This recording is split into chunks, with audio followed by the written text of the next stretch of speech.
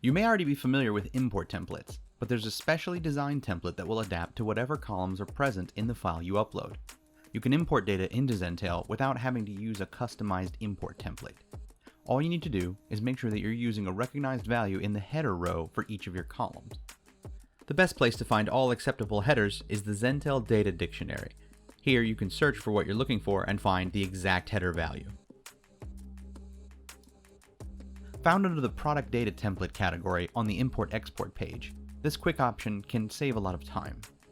Here's how it works.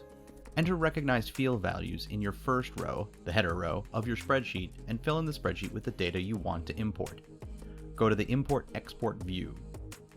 Select Product Data, then select Templateless Product Data Import. Click Upload File and select the file from your computer. Here's the key difference from other template types. There will be no Preview Import or Select Fields to import. Those two sections are skipped over using this.